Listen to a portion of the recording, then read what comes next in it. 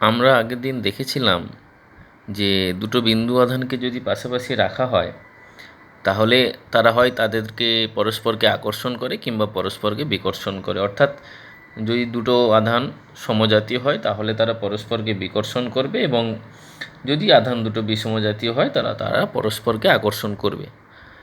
তত্ত্বগতভাবে এই যে আকর্ষণ বল বা বিকর্ষণ বল সেটা অসীম পর্যন্ত বিস্তৃত, কিন্তু দেখা গেছে যে একটা নির্দিষ্ট স্থান পর্যন্তই এই আকর্ষণ বা বিকর্ষণ বলটা প্রযোজ্য হয়। অর্থাৎ একটা বিন্দু আধান তার থেকে আরেকটা নির্দিষ্ট দূরত্বে যদি আরেকটা বিন্দু আধান রাখি তাহলে তাদের মধ্যেই আকর্ষণ বা বিকর্ষণ বলটা হয়, এটা আমরা আলোচনা করেছি বা কুলম্ব সূত্র অনুযায়ী জানি।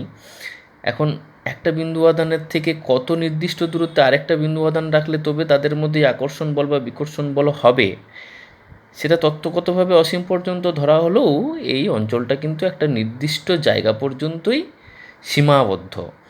এই যে নির্দিষ্ট অঞ্চলটা, অর্থাৎ একটা বিন্দু আধান তার আরেকটা, আমরা কল্পনা করলাম একটা বিন্দু আধান রাখলাম, তার একটা নির্দিষ্ট অঞ্চল, তার মধ্যে দ্বিতীয় কোনো বিন্দু আধানকে রাখলে তাদের মধ্যে পরস্পর আকর্ষণ বা বিকর্ষণ বলটা প্রযোজ্য হয়। এর বাইরে যদি রাখা হয় তাহলে সেটা প্রযোজ্য হয় না। অর্থাৎ আমরা দেখতে পাচ্ছি যে একটা বিন্দু আধানের জন্য একটা নির্দিষ্ট সীমা বা ক্ষেত্র নির্দিষ্ট হচ্ছে, যার মধ্যে আরেকটা অন্য বিন্দু আধানকে রাখলে তাদের মধ্যে আকর্ষণ বল বা বিকর্ষণ বলটা কাজ করছে। এই যে নির্দিষ্ট সীমা বা ক্ষেত্রটা, এটাকে বলা হয় তড়িৎ ক্ষেত্র।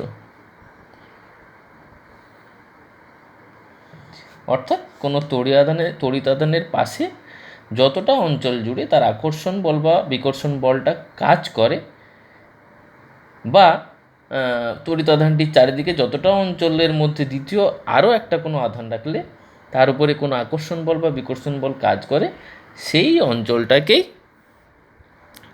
আমরা প্রথম বিন্দু আধানটার তড়িৎ ক্ষেত্র বলে থাকি। এখন এই যে আমরা আলোচনা করলাম একটা বিন্দু আধান কোনো স্থানে রাখা হলো, তার জন্য একটা তড়িৎ ক্ষেত্র তৈরি হলো। এখন এই তড়িৎ ক্ষেত্রের মধ্যে কোনো বিন্দুতে যদি আমরা একটা একক ধনাত্মক আধান রাখি, আধানটার মান একক, ধনাত্মক ধরছি, সেটা ঋণাত্মকও হতে পারে, কোনো অসুবিধে নেই, কারণ কিন্তু আমরা সমস্ত কিছু আলোচনা ধনাত্মক দিয়ে করি তাই ধনাত্মক ধরলাম।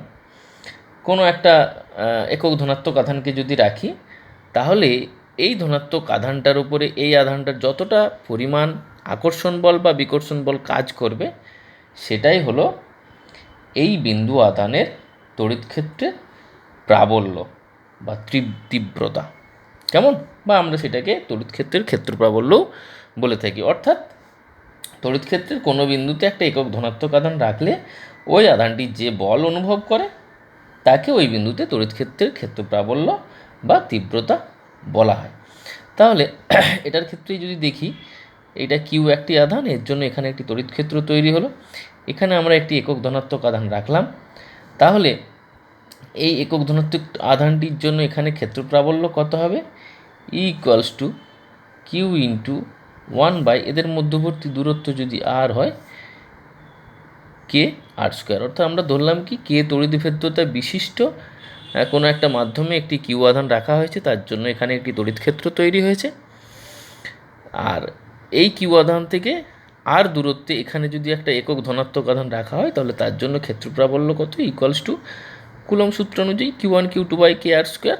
তাহলে q into 1 divided by k into r square সমান q by k r square. এটা সিজিএস অনুযায়ী।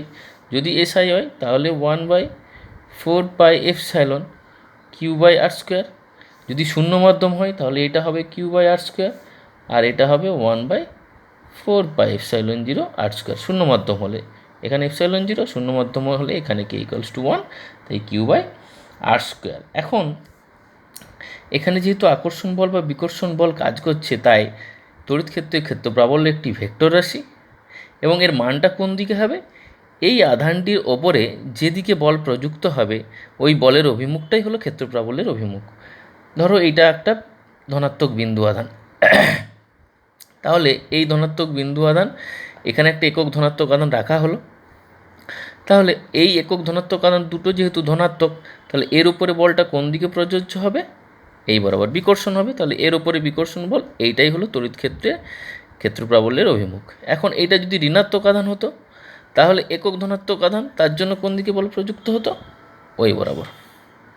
ঠিক আছে, তাহলে যাই হোক না কেন, যদি আমরা এটা ভেক্টর হিসেবে রিপ্রেজেন্ট করি, ইকুয়ালস টু হবে q by k r square into r cap CGS অনুযায়ী। আর যদি এসআই পদ্ধতিতে করি, 1/4 pi epsilon q by r square into r cap. এবার এটাকে ইউনিট ভেক্টর তুলে আমরা যদি ভেক্টর করি, q by k r q vector r, বা এটাকে আমরা লিখতে পারি 1/4 pi epsilon q by r q into vector r, একই রকম। এবার শূন্য মাধ্যম হলে কে ইকুয়ালস টু 1, এখানে শূন্য মাধ্যম হলে 4 পাই এপসাইলন 0। এইবার আসছি তড়িৎ দ্বিমেরু। তড়িৎ দ্বিমেরু কি না, দুটো সম পরিমাণ কিন্তু বিপরীতধর্মী আধান, অর্থাৎ একটা মাইনাস আর একটা প্লাস, একটা ঋণাত্মক এবং একটা ধনাত্মক আধান, অর্থাৎ সমপরিমাণ এবং বিপরীতধর্মী দুটি বিন্দু আধান একটি ক্ষুদ্র দূরত্বের ব্যবধানে যে সংস্থা গঠন করে, একটা নির্দিষ্ট দূরত্ব, ক্ষুদ্র দূরত্বের মধ্যে যে সংস্থা গঠন করে, এটাকেই বলা হয় তড়িৎ দ্বিমেরু।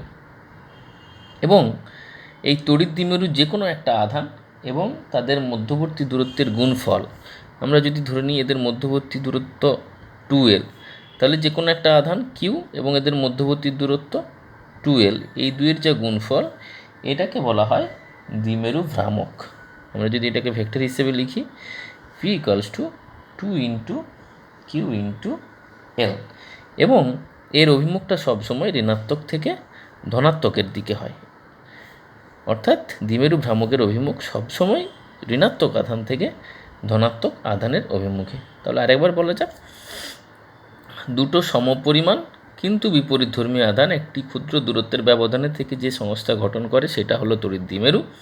এবং এই দ্বিমেরুর যে কোনো একটি বিন্দু আধান এবং এদের মধ্যবর্তী দূরত্ব, এই যে গুণফল, সেটাকে বলা হয় দ্বিমেরু ভ্রামক। এখন প্রশ্ন জাগতেই পারে, আমরা দূরত্বটা 2l কেন ধরলাম, 2 ফ্যাক্টরটা কেন আসলো? সেটা কিছু ক্যালকুলেশনের সুবিধার্থে আমরা 2 ধরেছি, সেটা আমরা যখন ক্যালকুলেশনগুলো করব সেগুলো তোমরা সহজেই বুঝতে পারবে। আমরা এক এক করে কিছু স্পেশাল ক্যালকুলেশন আমরা করব।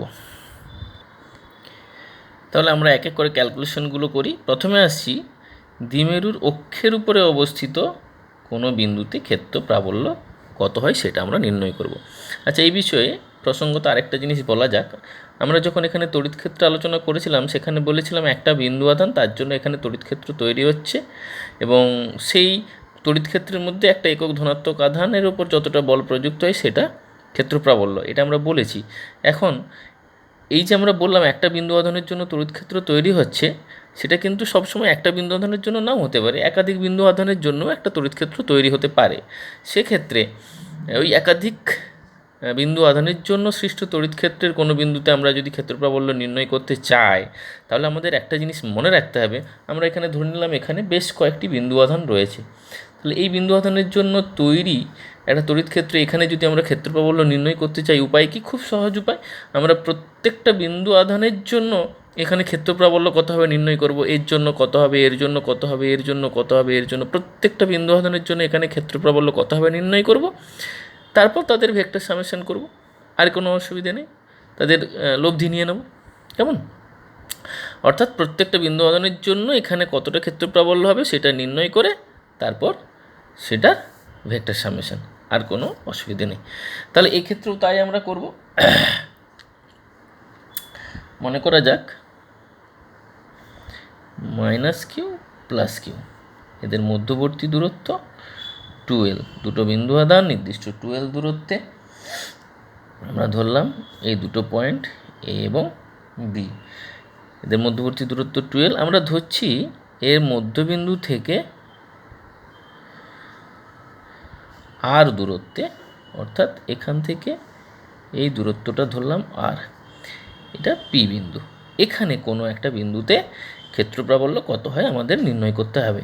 এটা অক্ষের উপরে অবস্থিত, এই যে দুটো বিন্দু দিয়ে যে সরলরেখাটা আমরা বা দ্বিমেরুটা তৈরি করেছি তার অক্ষের উপর, মানে ওই সরলরেখার উপরেই অবস্থিত কোনো একটা বিন্দু, সেটাই অক্ষের উপরে অবস্থিত বিন্দু। এখানে আমরা ক্ষেত্র প্রাবল্য নির্ণয় করতে চাইছি। এখন ক্ষেত্র প্রাবল্য নির্ণয়ের জন্যে ভেক্টরটা কিন্তু খুব ইম্পর্ট্যান্ট। চাই সেই ক্ষেত্রে ভেক্টরটা একটু মনোযোগ সহকারে এখানে ক্যালকুলেশনটা করতে হবে, আর কোনো অসুবিধে নেই। তাহলে দেখা যাক। তাহলে -q + q দুটো বিন্দু আধান একটি দ্বিমেরু তৈরি করেছে এবং এদের মধ্যবর্তী দূরত্ব 12। মধ্যবিন্দু থেকে r দূরত্বে এখানে আমরা ক্ষেত্র প্রাবল্য নির্ণয় করতে চাইছি। তাহলে এখানে ক্ষেত্র প্রাবল্য মানেটা কি? আমি একটু আগেই বললাম যে একাধিক বিন্দু আধানের জন্য তড়িৎ ক্ষেত্র তৈরি হতে পারে। সেক্ষেত্রে আমরা কি করব, এই +q আধানের জন্য এখানে ক্ষেত্র প্রাবল্য কত, -q আধানের জন্য এখানে ক্ষেত্র প্রাবল্য কত নির্ণয় করব, তারপরে তাদের ভেক্টর সামেশন করব, কোনো অসুবিধা নেই, বা লব্ধিটা নিয়ে নেব। তাহলে দেখা যাক, আমরা CGS SI যে কোনো পদ্ধতিতে করতে পারি। আমি একটা করছি আর একটা নিজেরা করতে পারবে। তাহলে প্রথমটাতে দেখা যাক। তাহলে +q আধানের জন্য এই বিন্দুতে ক্ষেত্র প্রাবল্য কত আমি ধরলাম, সেটা হলো U1। তাহলে U1 সমান কি, q বাই কত হয়, q/k r²। তো তাহলে q/k ইন্টু এক্ষেত্রে আর মানে কত, এই বিন্দু থেকে এখানকার দূরত্ব, সরি এই +q বিন্দু থেকে এখানে দূরত্ব। অর্থাৎ আমরা কি করলাম, আমরা +q আধানের জন্য এখানে ক্ষেত্র প্রাবল্য নির্ণয় করতে চাইছি। তাহলে এখান থেকে এই দূরত্বটা, সেটা কত, bp p²।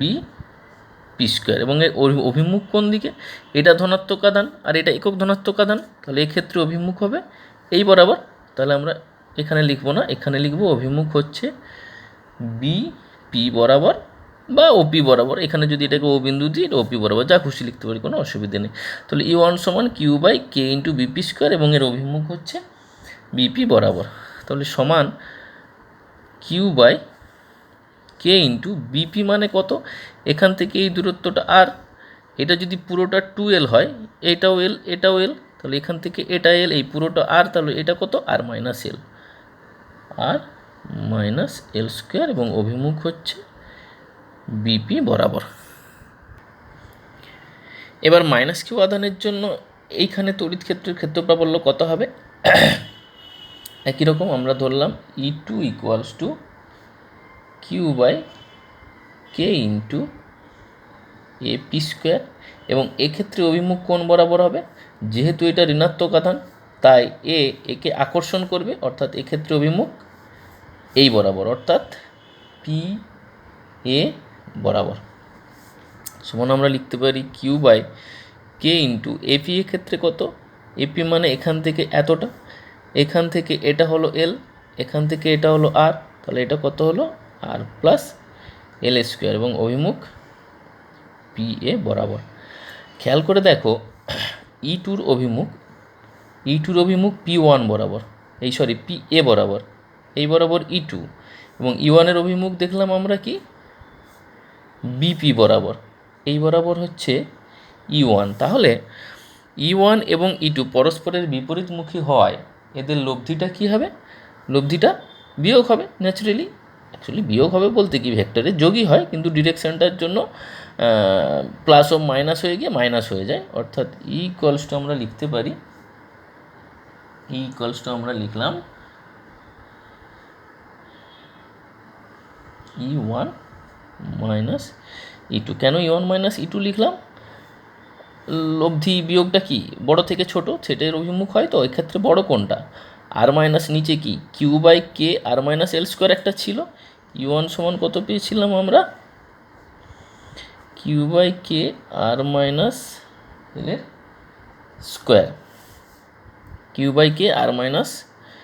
l², তাহলে E সমান কত, E1 - E2। তাহলে এক্ষেত্রে আমরা যদি বসিয়ে দিই, শুধুমাত্র যদি ম্যাগনিটিউডগুলো নিয়ে কাজ করি, E1 - E2। E1টা বড়, কারণ এখানে হচ্ছে r - l, এখানে r + l, তাহলে E1টা সবসময় বড় E2-র থেকে। তাহলে আমরা যদি মানগুলো বসাই, q/k into r - l² minus q/k into r + l square সমান q by k into 1 by r minus l এর whole square minus 1 by r plus l whole square সমান, আমরা এটা যদি ক্যালকুলেশন করি, q by k into r plus l square minus r minus l square divided by r minus l square into r plus l এর whole square সমান q by k into 4RL divided by r square minus l square তার whole square সমান, আমরা এটা লিখতে পারি q 4RL divided by k into r square minus l স্কোয়ারের whole square. এখন p equals to 2Q into l, তাহলে এইটা থেকে আমরা কি পাচ্ছি, 2PR divided by k into r square minus l square তার হোল স্কোয়ার।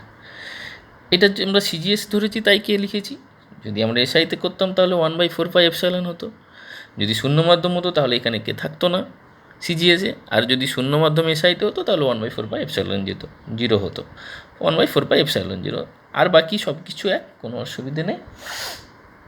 এখন একটা স্পেশাল কেস, যদি এই আরটা অর্থাৎ এখান থেকে এই দূরত্বটা যদি এই মধ্যবর্তী দূরত্বের তুলনায় এল এর তুলনায় অনেক বেশি হয়, ইফ আর